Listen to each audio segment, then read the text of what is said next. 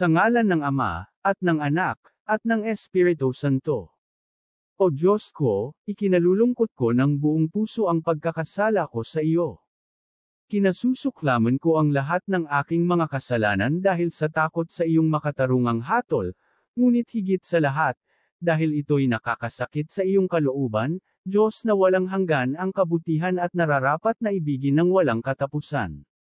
Matibay akong nagtitika na ikukumpasal ko ang aking mga kasalanan, tutuparan ang tagubaylang pagsisisi, at sa tulong ng iyong biyaya ay magbabagong buhay.